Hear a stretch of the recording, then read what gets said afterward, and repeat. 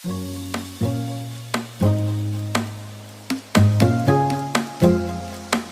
नमस्कार मंडळी, मी प्रसाद भोसले तुमचं सहर्ष स्वागत करते एका नवीन व्हिडिओमध्ये.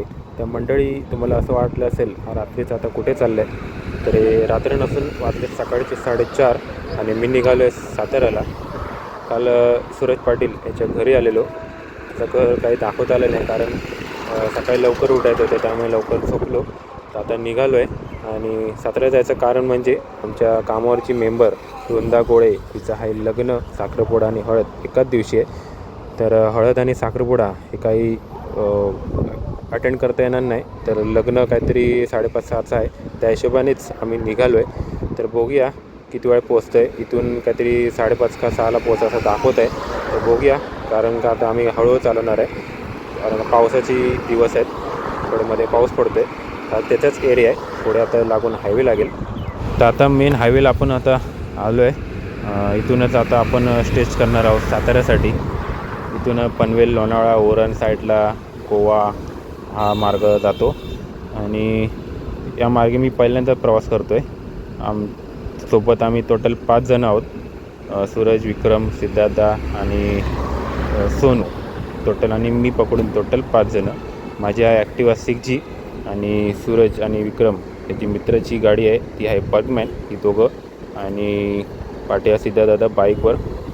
टोटल आम्ही 5 जणं, 2 स्कूटी आणि 1 बाईक. तर आता असा प्रवास आता माझा होणार आहे साताऱ्यापर्यंतचा, जो माझा पहिलाच आहे. तर बघूया कशी होते. खूप एक्सायटेड आहे. पुढे पुढे जसे रस्ते येतील ना, तर आणखी मजा येणार आहे चालवायला. आणि रस्त्यावरून जाताना ना खूप काळजी घ्यावी लागते, कारण का सकाळची वेळ तर गाड्या खूप स्पीडली जातात आणि आपल्या स्कूटी तर आपण हळूहळूच जाणार आहोत.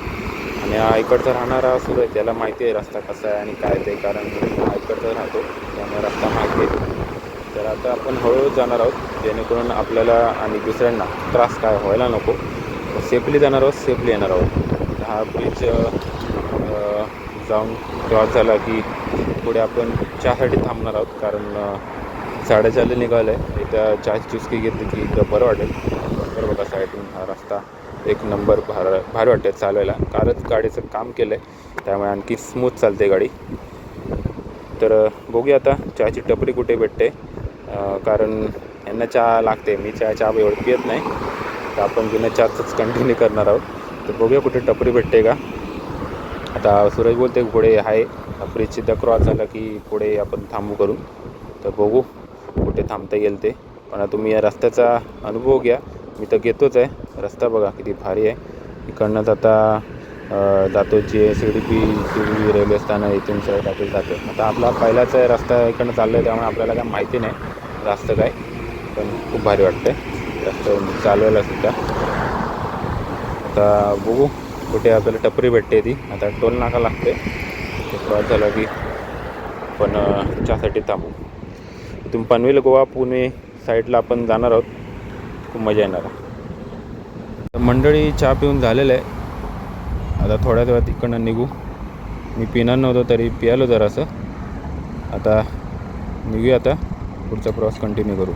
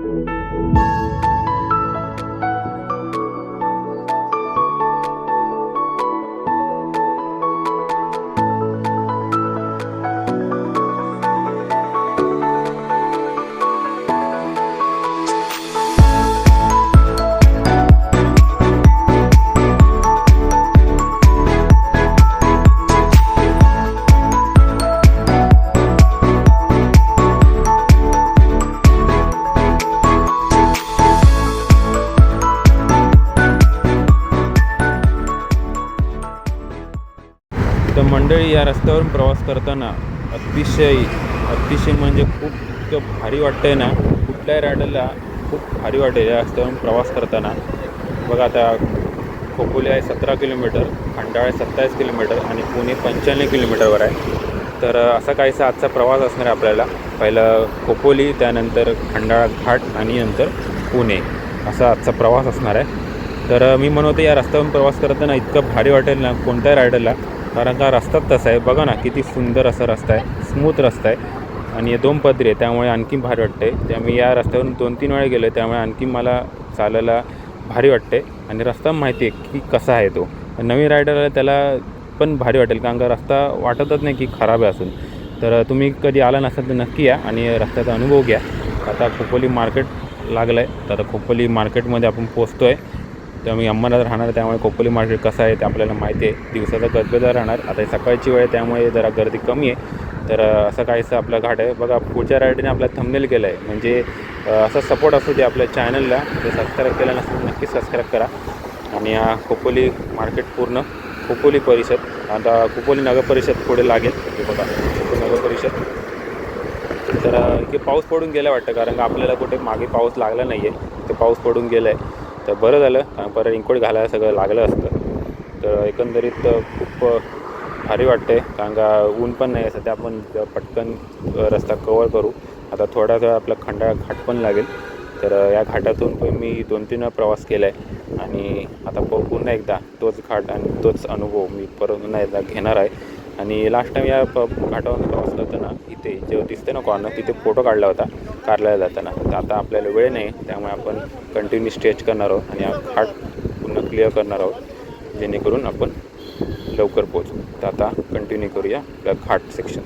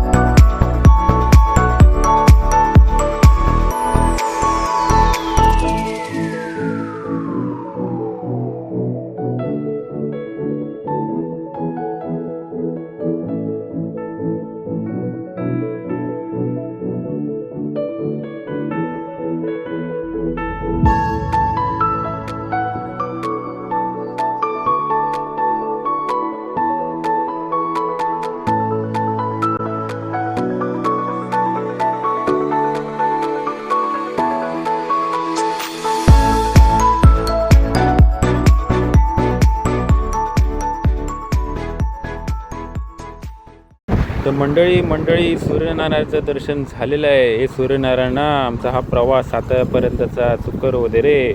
बघा किती सुंदर वाटते बघा. या मुंबई पुणे हायवेला ना एकदा आलं ना की असं काहीचं दृश्य बघायला भेटतं. एकदा खंडा घाट क्रॉस झाला ना की असं काहीसं बघायला भेटतं.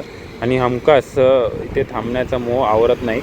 जसं आता मला होतं आहे, पण जरा लांब जायचं त्यामुळे कुठे थांबत नाही आहे. आणि ह्या पॉईंटवर नाही थांबत आहे. पुढे असे पॉईंट आहेत थांबण्यासाठी या घाटामध्ये. तर बघूया कुठे थांबता येईल. तर मला तर थांबायचं आहे. हे बघूया कोण थांबतं आहे का. थांबलं तर आपण पण थांबूच. बघा सूर्य बघा ना किती भारी वाटतं आहे. या रस्त्याने जाताना खूप भारीच वाटतं असे डोंगर आणि हे सगळं बघायला. तर खूप भारी. हे बघा हे रायडर असे थांबले तिकडे. आपण कुठे पुढे थांबूया. कुठे थांबता आलं तर. आता सध्या तरी नाही आहे. बघू कुठे थांबता येईल तर. बघा हा ट्रक बघा. काय गरज आहे का याला मध्ये यायची.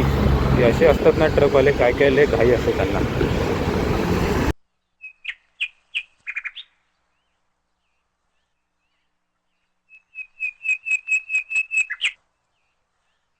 तर मंडळी आता मी इथे थांबलो आहे कारण आता ही ट्रेन चालली आहे पुण्यावरून मुंबईला.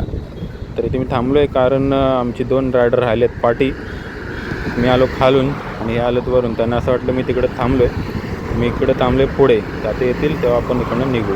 तर आता कारल्याच्या रोडला आहे आणि इथूनच आता 2-3 किलोमीटरवर आई एकविरा देवीचं मंदिर लागेल. मंदिराकडे जाईपर्यंत मुखामध्ये गाणं येतो ते तुम्हाला पण सुद्धा माहिती आहे. ते गाणं असं आहे. आई एकविरा माऊली झाली कोळ्यांची सावली, या कोळीवाड्यांच्या केला धावत आयली. एकविरा माऊली तुझ्यामुळे दिस सोन्याचा उगवला, एकविरा माऊली तुझ्यामुळे दिस सोन्याचा उगवला. आई तुझं डोंगर, आई तुझं डोंगर बघ किती सुंदर रंगानं सजवला, आई तुझं डोंगर बघ किती सुंदर रंगानं सजवला. इथून आता मंदिर 1 किलोमीटरवर आहे. तर आता थोड्याच वेळात आपण मंदिरच्या गेटकडे पोचू. कारण गेटच्या आतमध्ये जाता येणार नाही कारण का आपण चाललो आहे पुढे साताऱ्याला. तर गेटच्या बाहेरूनच आपण आईचं दर्शन घेणार आहोत. इथून पुढे थोडा लेफ्ट घेतलं की मंदिराकडे जाता येतं. तर बघा हा लेफ्ट आहे. तर लेफ्ट मारलं की पुढे दर्शनासाठी जातो. तर आई पुढे आता साताऱ्यासाठी चाललो आहे. तर सांभाळकर आणि सुखरूप येऊ दे पुन्हा. तर आता कंटिन्यू करूया.